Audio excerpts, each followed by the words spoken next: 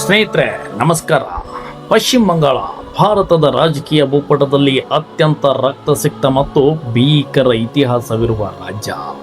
ಅಧಿಕಾರಕ್ಕಾಗಿ ಇಲ್ಲಿ ನಡೆದಷ್ಟ ಕೊಲೆ, ಸುಲಿಗೆ ಮತ್ತು ದೌರ್ಜನ್ಯ ಬಹುಶಃ ದೇಶದ ಬೇರೆಲ್ಲೂ ನಡೆದಿಲ್ಲ.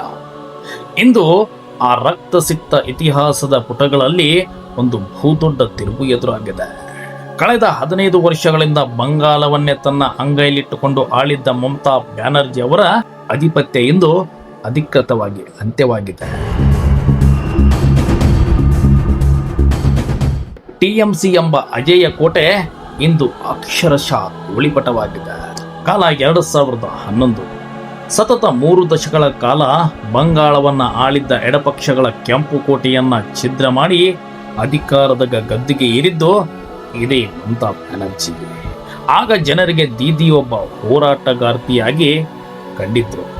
ಆದರೆ ಅಧಿಕಾರದ ಕೈಗೆ ಬಂದ ಕೆಲವೇ ವರ್ಷಗಳಲ್ಲಿ ಯಾವ ಎಡಪಕ್ಷಗಳ ದೌರ್ಜನ್ಯದ ವಿರುದ್ಧ ಮಮತಾ ಹೋರಾಡಿದ್ರೋ ಅದೇ ದೌರ್ಜನ್ಯವನ್ನ ಟಿಎಂಸಿ ಕಾರ್ಯಕರ್ತರು ಶುರು ಮಾಡ್ತಾರೆ.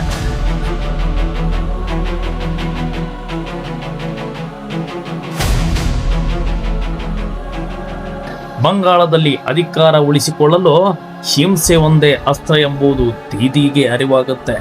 ಬಂಗಾಳದ ರಾಜಕೀಯ ಸಮೀಕರಣವೇ ವಿಭಿನ್ನ. 296 ಕ್ಷೇತ್ರದ ಪೈಕಿ ಆ ರಾಜ್ಯದಲ್ಲಿ 121 ಕ್ಷೇತ್ರಗಳಲ್ಲಿ ಮುಸ್ಲಿಮರ ಜನಸಂಖ್ಯೆ 30-35%. ಈ ಬೃಹತ್ ಮತ್ತು ನಿರ್ಣಾಯಕ ವೋಟ್ ಬ್ಯಾಂಕ್ ಅನ್ನು ನೆಚ್ಚಿಕೊಂಡು ಟಿಎಂಸಿ ತನ್ನ ಭದ್ರಕೋಟೆಯನ್ನ ನಿರ್ಮಿಸಿಕೊಂಡಿತ್ತು. ಆದರೆ ಆಡಳಿತ ವಿರೋಧಿ ಅಲೆ ಮತ್ತು ಹಿಂದೂ ಮತಗಳ ಧ್ರುವೀಕರಣ ಬಿಜೆಪಿ ಬಂಗಾಳದಲ್ಲಿ ಬೇರೂರಲು ಅವಕಾಶ ಮಾಡಿಕೊಡ್ತು. ಯಾವಾಗ ಬಿಜೆಪಿ ಪ್ರಬಲ ವಿರೋಧ ಪಕ್ಷವಾಗಿ ಬೆಳೆಯಲು ಶುರು ಮಾಡ್ತೋ ಆಗ ಶುರುವಾಯ್ತು ನೋಡಿ. ಬಂಗಾಳದಲ್ಲಿ ಚುನಾವಣೆ ಅಂದರೆ ಅದು ಕೇವಲ ಮತದಾನವಲ್ಲ, ಅದು ಅಕ್ಷರಶಃ ಯುದ್ಧ. ಕಳೆದ ಹಲವು ವರ್ಷಗಳಿಂದ ಪಂಚಾಯತ್ ಚುನಾವಣೆಯಿಂದ ಹಿಡಿದು ಲೋಕಸಭಾ ಚುನಾವಣೆವರೆಗೂ ಟಿಎಂಸಿ ಮತ್ತು ಬಿಜೆಪಿ ಕಾರ್ಯಕರ್ತರ ನಡುವೆ ನಡೆದದ್ದು ಕೇವಲ ರಾಜಕೀಯವಲ್ಲ, ಅದು ಬೀದಿ ಕಾಳಗ.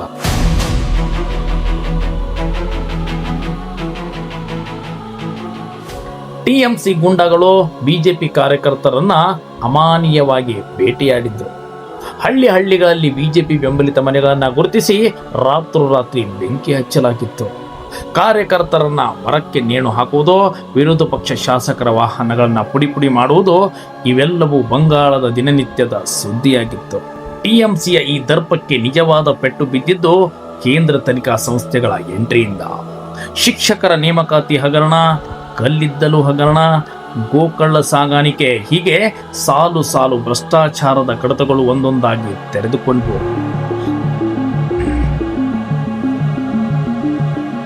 ಇಡಿ ಮತ್ತು ಸಿಬಿಐ ಅಧಿಕಾರಿಗಳು ಬಂಗಾಳದ ಮೇಲೆ ಮುಗಿಬಿದ್ರು. ಯಾವಾಗ ಟಿಎಂಸಿ ಪ್ರಭಾವ ಸಚಿವ ಪಾರ್ಥ್ ಚಟರ್ಜಿ ಆಪ್ತ ಮನೆಯಲ್ಲಿ ಕೋಟಿ ಹಣದ ಬೇಟೆ ಪತ್ತೆ ಆಯಿತೋ ಆಗ ಇಡೀ ಬಂಗಾಳ ಬೆಚ್ಚಿ ಬಿದ್ದಿತ್ತು.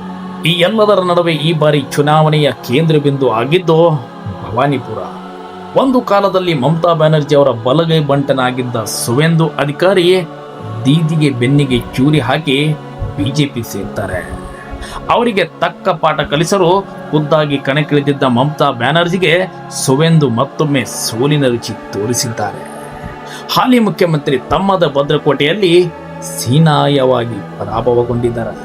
ಬಿಜೆಪಿಯ ಈ ಐತಿಹಾಸಿಕ ಗೆಲುವಿನ ರೂವಾರಿ ಭಾರತೀಯ ರಾಜಕಾರಣದ ಚಾಣಕ್ಯ ಅಮಿತ್ ಶಾ.